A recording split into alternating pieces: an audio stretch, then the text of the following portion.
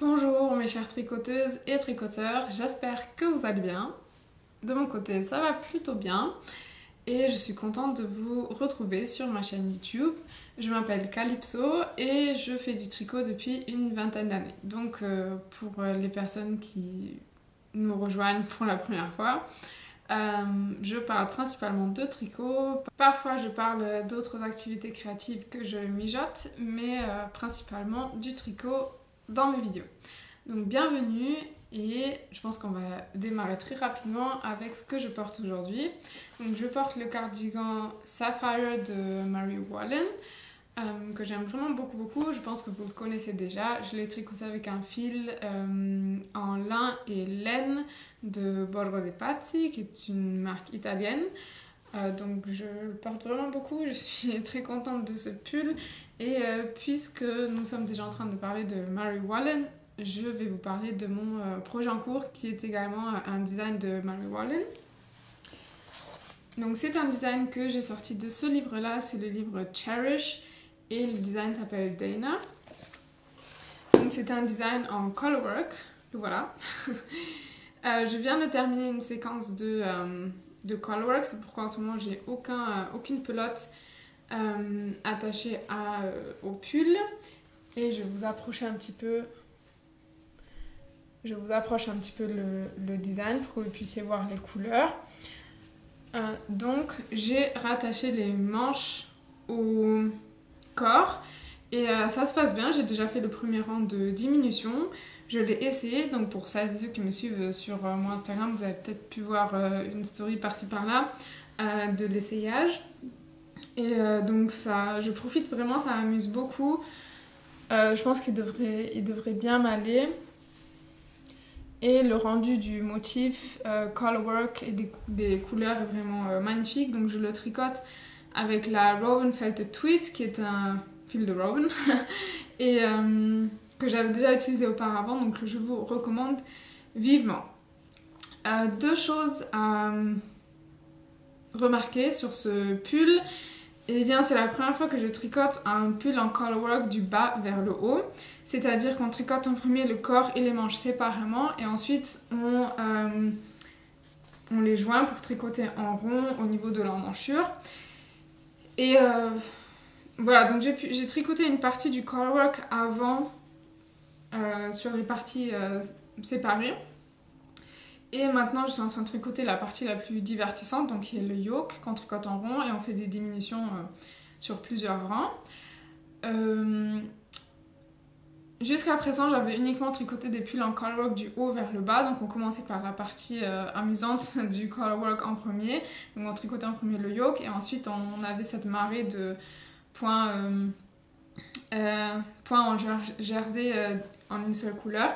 Ici c'est l'inverse et je dois dire que je pense que c'est la première et la dernière fois que je vais faire ça dans cet ordre-là parce que quand je tricote, j'ai tout le temps ce poids sur les jambes et je dois tout le temps manier vraiment beaucoup de mailles et les pousser dans un sens et dans l'autre et tout le temps tourner mon tricot. Donc c'est assez... c'est pas très pratique à tricoter comme ça. C'est pourquoi je le recommande pas forcément. Donc...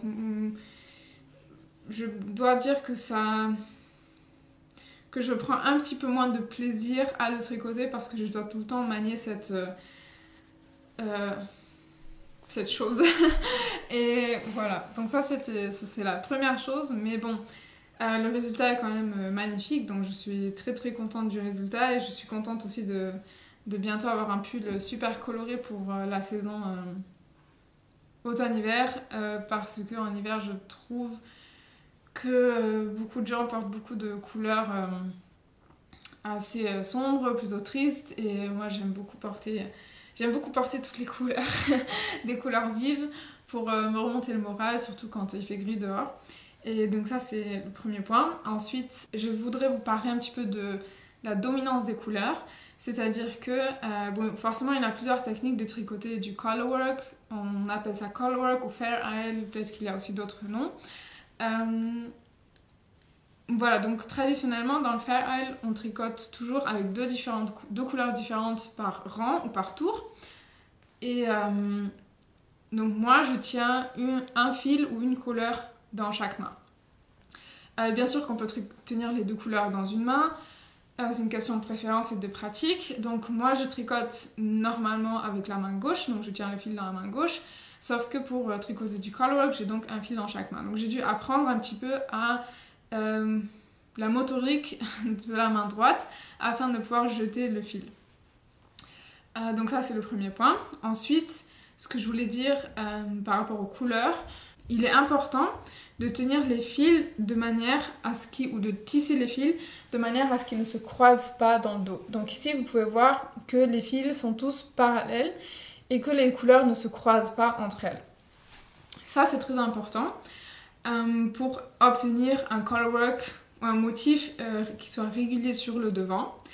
Et ensuite, ce qui est très important pour obtenir une dominance des couleurs souhaitable, eh bien, c'est de bien agencer ces fils. C'est-à-dire que, dans mon cas, si vous tricotez avec une couleur dans chaque main, vous allez donc tenir la couleur de fond dans la main droite et la couleur que vous désirez dominante dans la main gauche.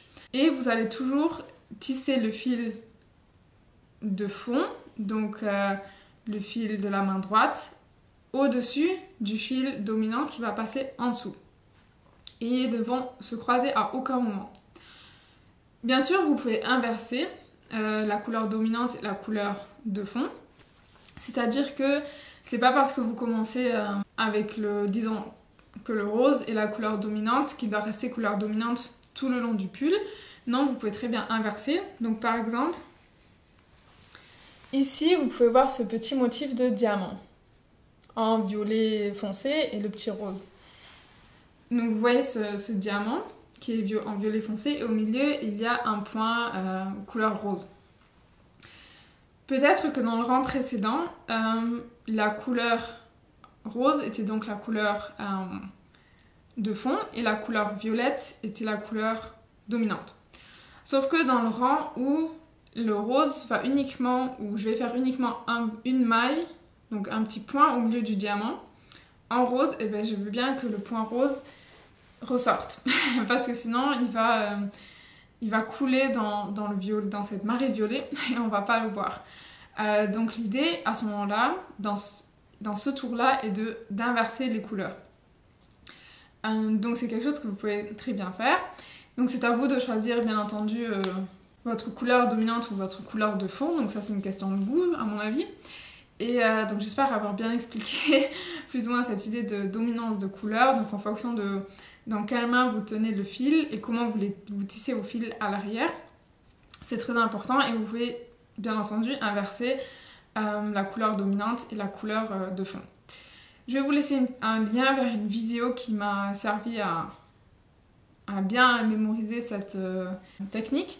C'est une vidéo en anglais et je vais peut-être aussi vous mettre un petit screenshot de cette vidéo, je vous la laisserai ici, pour que vous puissiez donc mémoriser couleur de fond, tissée par le haut, main droite, et couleur dominante, tissée en bas, main gauche.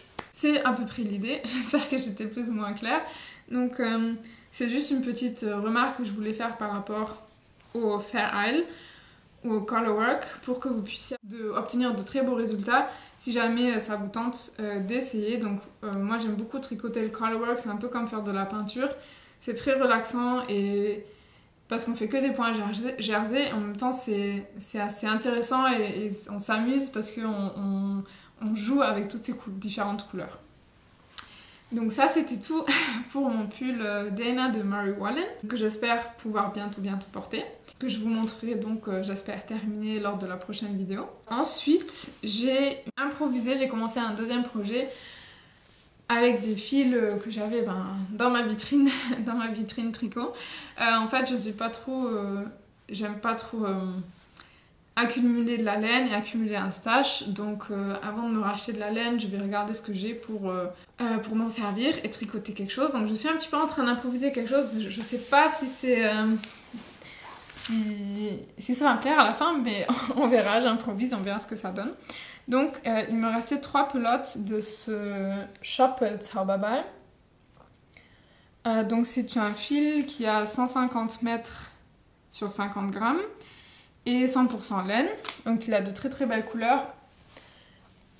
Mais j'avoue que j'avais pas trop envie de les tricoter seul comme ça. Parce que, bien sûr que les couleurs sont belles, elles sont joyeuses, etc.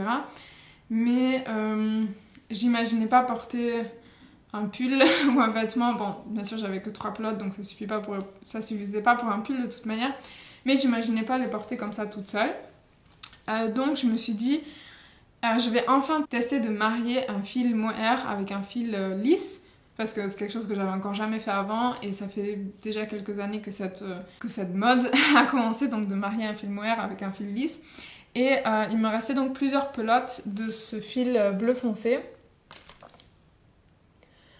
Donc c'est la Woven Kit Silk Case, 70% Zupa Kit mohair et 30% soie. Et je me suis dit que ça pouvait bien aller ensemble, donc ce bleu foncé avec ces jaunes, verts, bleu clair. Je suis assez contente du résultat, donc ça donne ça.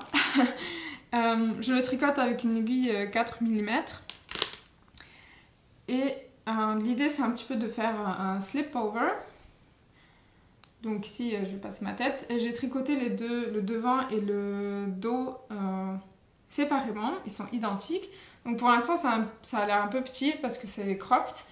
Je vais relever des mailles ici en bas pour tricoter un petit peu en mohair ici en bas. Et donc l'idée d'un slip over, c'est on slip over, c'est-à-dire qu'on le passe par-dessus. Donc par exemple par-dessus une blouse. Et puis voilà, donc j'ai marié ces deux fils et ça donne ce tissu. Donc j'aime beaucoup le rendu et on voit aussi un petit peu le halo de mohair. Je le tiens comme ça, on voit beau halo de mohair et je trouve que les couleurs mariées comme ça sont nettement plus élégantes que ça tout seul. Et bon, ça devrait tenir bien chaud. J'ai fait un col qui roulotte. Et puis, bon, je vais pas trop vous raconter parce que j'ai une petite image dans la tête et j'espère pouvoir réaliser l'idée que j'ai dans ma tête. Donc, on verra bien. Donc, j'en suis là en ce moment. J'ai tricoté les deux parties séparément et ensuite j'ai fait un rabattage à 3 aiguilles sur le côté en vert. Et j'ai fait des rangs raccourcis pour obtenir cette diagonale au niveau des épaules. Voilà, donc j'ai augmenté des mailles. J'avais monté au début 70 mailles et j'ai augmenté au fur et à mesure jusqu'à en avoir 82. Ensuite, j'ai tricoté un petit peu plus, quelques rangs de plus. Et puis, avant de faire les rangs raccourcis pour les épaules, en premier, j'ai fait le rabattage à 3 aiguilles. Et ensuite, j'ai tricoté le col en rond. Voilà, donc j'en suis là. Et avec le mohair qui me reste, je vais donc relever des mailles ici en bas et aussi peut-être au niveau des épaules. Et ensuite imaginer quelque chose pour faire peut-être des petits nœuds des côtés. Bon, finalement, je vous ai raconté un petit peu mes idées. On verra ce que ça donne, donc je sais pas pour l'instant si ça va me plaire ou pas, mais voilà, donc si vous me connaissez déjà un peu, si c'est pas la première fois que vous passez par ici, vous savez que j'aime bien expérimenter. Et parfois mes expériences sont un succès et parfois pas tant que ça. Donc voilà, ça fait partie de l'exploration. Voilà, donc ça c'était le deuxième projet qui est en ce moment en cours et j'ai un troisième projet en cours, donc en ce moment je suis vraiment multi-projet alors que c'est pas trop mon genre. Je préfère avoir maximum 2 projets, mais le projet que je vais vous montrer maintenant il est presque terminé. Il manque vraiment plus qu'un tout petit peu et je vous avais parlé donc du pull que je tricote en laine Gotland. Donc le voilà. Il est vraiment très beau. Moi je suis vraiment ravie du résultat. J'ai presque terminé la seconde manche. Et je pense que je vais tout simplement rapidement l'essayer pour que vous puissiez voir à quoi ça ressemble. Voilà. Donc c'est un pull que je tricote en côte. Donc ce sont des côtes de 4 mailles en droit et 1 maille en vert. J'ai commencé du bas vers le haut, j'ai tricoté en rond jusqu'aux emmanchures. J'ai augmenté quelques mailles de chaque côté pour les emmanchures pour bien avoir des épaules tombantes. Et voilà, donc ensuite j'ai tricoté à plat à partir d'ici jusqu'en haut. J'ai également fait un rabattage à 3 aiguilles au niveau des épaules, sauf que là je l'ai fait en extérieur pour avoir une fausse couture sur les épaules. Et pareil, j'ai tricoté un col qui roulotte et maintenant j'ai remonté les mailles au niveau des emmanchures et j'ai tricoté les bras du haut vers les manches de l'épaule vers le poignet. J'ai également fait un petit bord qui roulotte ici, comme ici en bas au début également. Et voilà, donc j'ai pas diminué de mailles au niveau des épaules. J'aurais peut-être aimé relever quelques mailles supplémentaires au niveau des épaules. Enfin, la manche elle me va bien, je peux très bien porter quelque chose en dessous. Là je porte rien en dessous, mais je peux porter un pull à manches longues en dessous, il n'y a pas de souci. Voilà, donc elles sont étroites, mais enfin, c'est une question de style. Après, ça me va très bien, je peux bouger sans problème. Et puis le pull est vraiment très très élastique. Donc la taille, c'est pas vraiment le problème, c'est plutôt une question de style. Que les manches elles soient moulantes. Et voilà, il me manque plus que la deuxième manche. Pardon. Et voilà, donc c'est ça à quoi ça ressemble. Donc il est identique devant et derrière, il est identique. Et voilà, donc comme il est super simple à tricoter, je m'étais dit que ça pourrait être sympa de rédiger un patron si ça vous intéresse. Donc c'est une laine DK. Donc c'est cette laine Gotland qui n'est plus disponible, mais c'est une laine DK, donc DK c'est assez accessible. Et j'avais pensé à le retricoter peut-être pour faire soit un tutoriel, soit écrire un patron et calculer des différentes tailles parce qu'il est tellement simple à tricoter et moi je le trouve vraiment élégant. Donc je pense que je le porterai plutôt avec un pantalon rouge ou un pantalon de couleur parce que sinon, enfin moi j'aime beaucoup les couleurs peps parce que porter un pantalon noir ou bon ça pourrait être élégant avec un pantalon noir mais un peu tristouné aussi. Donc je pense que j'opterai plutôt pour un pantalon de couleur. Voilà, et ce fil il a vraiment un métrage pas possible parce que je m'étais dit je vais commander une bonne quantité, donc j'avais commandé 600 grammes et pour être sûre d'en avoir assez et peut-être aussi tricoter un accessoire, sauf qu'il me reste presque 300 grammes en fait je pense. Ça c'est la 4e pelote et j'en ai encore 2. Il me manque plus que ça de la manche, donc je pense qu'il va me rester presque 300 grammes ou 275 grammes par là et ça devrait suffire pour un deuxième pull. Peut-être un tout petit peu plus court, parce que celui-là il m'arrive bien sur les hanches. Je pourrais le tricoter, en dessous des hanches, peut-être début des fesses. Je pourrais le tricoter un peu plus court et peut-être faire un petit peu de diminution et d'augmentation ici pour le tailler. Donc ça, je pourrais économiser un petit peu de fil si je fais ça.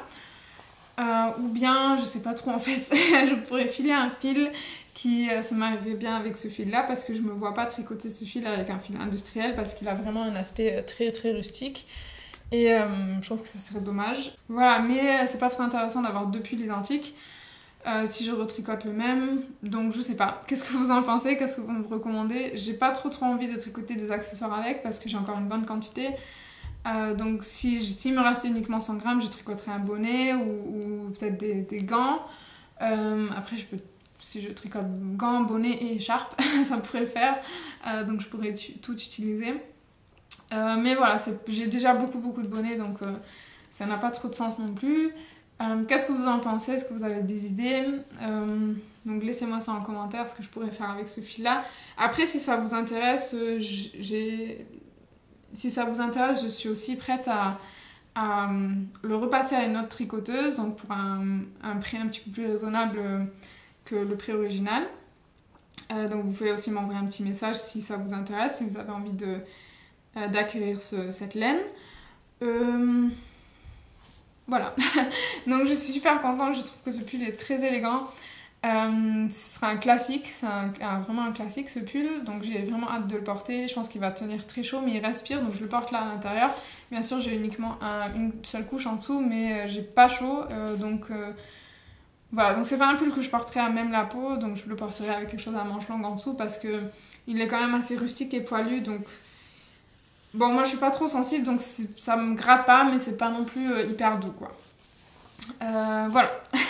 Donc je suis super contente, ça me va bien et c'est simple à tricoter, c'était juste un projet relax et une belle addition à mes looks. Voilà, donc je vais me rechanger Et pour finir, j'ai deux petites invitations. Donc la première, c'est que j'ai un test pour vous. Peut-être que vous connaissez ce cardigan, donc c'est le cardigan mariposa, ça veut dire papillon en espagnol. Et c'est un cardigan qui se tricote du haut vers le bas en une pièce, donc qui n'a pas de couture et qui s'ouvre donc ici devant. Ces détails sont du point mousse, donc des rayures en point mousse, surtout le design.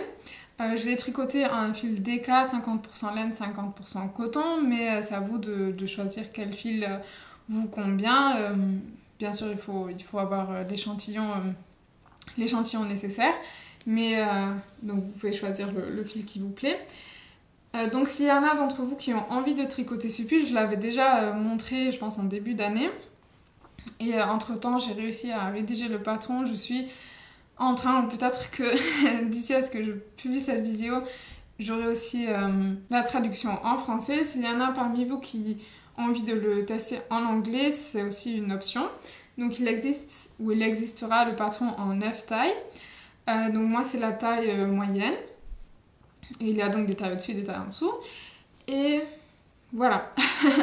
Donc si vous avez envie de le tester, je vais vous insérer ici quelques photos. Donc les photos que vous voyez à la plage ne sont pas les photos finales qui seront dans le patron, ce sont plutôt des photos que j'ai fait pour le fun. Et les photos finales, j'espère bientôt les avoir. Donc peut-être que je les ai, je vous les insère, on verra. Voilà, donc je pense que c'est tout, ce sont les informations principales. Si ça vous intéresse, si vous avez envie de participer au test, envoyez-moi un mail, donc vous trouvez mon mail en bas dans la box d'informations. Ce serait un très grand soutien pour moi si vous avez envie de tester ce patron qui sortira donc printemps de l'année prochaine. Invitation numéro 2, je vais au festival de tricot de Barcelone, donc Barcelona Knits Festival. Et si jamais il y en a parmi vous qui vont aussi s'y rendre, eh bien laissez-moi ça en commentaire ou envoyez-moi un petit message sur Instagram. Je serais vraiment ravie de faire votre connaissance en vrai, donc dans la vraie vie, et pas que ici en ligne. Donc ça serait vraiment sympa de vous rencontrer ou de rencontrer certaines d'entre vous. Voilà, donc ce sera mon premier festival de laine, donc j'ai hâte de savoir comment ça se passe. J'y serai le samedi, si je me trompe pas. Et donc j'ai hâte de profiter quelques jours de Barcelone pour échapper un petit peu le gris de Berlin et faire connaissance de belles personnes et surtout voir beaucoup de belles laines. Je suis vraiment curieuse de savoir comment se déroule un festival de laine, parce que ce sera mon premier. Donc ce sera tout pour... Ah non, j'ai encore une dernière chose. J'ai acheté un nouveau livre parce que, bon, comme vous avez pu le comprendre, j'aspire un petit peu à faire du design tricot et à m'établir petit à petit en tant que designeuse tricot pour le plaisir. Bien sûr avec la plus grande précision possible. Donc je ne travaille pas seule, j'ai aussi une tech éditrice qui m'aide à calculer toutes les tailles et à bien corriger mes patrons, donc ça c'est très important. Mais ça c'est le côté technique, et bien sûr que je cherche aussi toujours de nouvelles sources d'inspiration. Et comme vous pouvez peut-être le savoir, pour celles qui me regardent déjà depuis plus longtemps, donc je suis mexicaine du côté de ma mère, et j'ai vraiment une passion pour la broderie également, sauf que j'ai pas beaucoup de temps de faire de la broderie. J'en ai déjà fait par le passé, mais malheureusement je ne peux pas tout faire, donc je suis sûrement pas, vous me comprenez certainement. Et donc au Mexique il y a environ plus de 60 peuples indigènes, et chaque peuple a ses propres traditions et aussi ses traditions vestimentaires et ses traditions de broderie. Donc il y a la robe traditionnelle de ces peuples s'appelle huipil, et ces huipils sont donc brodés avec juste des broderies magnifiques et extrêmement belles. Donc vous avez pu sûrement déjà voir... J'ai déjà porté des vêtements mexicains sur cette chaîne, il me semble, et sinon sur mon compte Instagram vous pouvez voir voilà, différentes chemisiers ou brodés. Et j'ai donc acheté ce livre-là, que je voulais m'acheter déjà depuis un moment, qui s'appelle México Bordado, donc il est en espagnol. Mais il offre donc des explications, des tutoriels photos sur comment réaliser des broderies de différents peuples indigènes du Mexique. Donc il y a par exemple la broderie Masawa, qui, donc je vous montre un exemple, ressemble à ça par exemple. Donc ces broderies, elles sont très fortement inspirées de la nature, donc des animaux et des plantes. Ensuite, il y a la broderie. Donc dans ce livre, pas tous les peuples indigènes sont représentés parce que ça demanderait vraiment beaucoup de travail. Donc je trouve que c'est déjà incroyable que ce livre existe parce que souvent, ou en général, les cultures indigènes ne sont pas forcément documentées, ce qui est très dommage. Donc il y a par exemple la broderie Tenango, et un exemple de la broderie de ce peuple serait ça.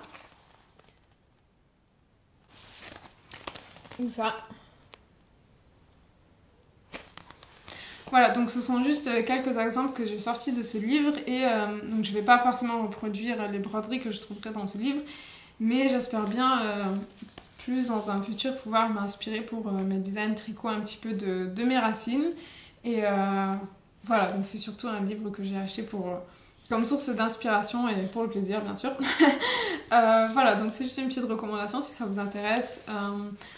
Si la broderie vous intéresse, aussi les cultures traditionnelles et les cultures indigènes et leurs traditions, eh bien venez lire ce livre ou venez me rejoindre sur mon compte Instagram et parfois je partage des choses à ce sujet. Et bien sûr, il y a beaucoup de comptes originaux. Donc moi, ce que je fais, c'est uniquement repartager ce que je vois d'artisans donc de ces peuples indigènes du Mexique.